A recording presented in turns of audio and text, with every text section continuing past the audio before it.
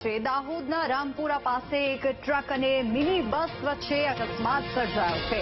ખંભાતથી અયોધ્યા જતી મિની બસને અકસ્માત નડ્યો છે. અકસ્માતમાં 12 થી વધુ મુસાફરોને ગંભીર ઈજા પહોંચી છે. તમામ ઈજાગ્રસ્તોને સારવાર માટે હોસ્પિટલ લઈ જવામાં આવ્યા છે. અકસ્માતમાં બસમાં 12 થી વધુ મુસાફરોને ઈજા પહોંચી છે. વધુ વિગતો સાથે સંવાદદાતા ઉત્સવ ફોન લાઈન પર જોડાઈ ગયા છે. ઉત્સવ, આ અકસ્માતને લઈને શું અપડેટ મળી રહી છે?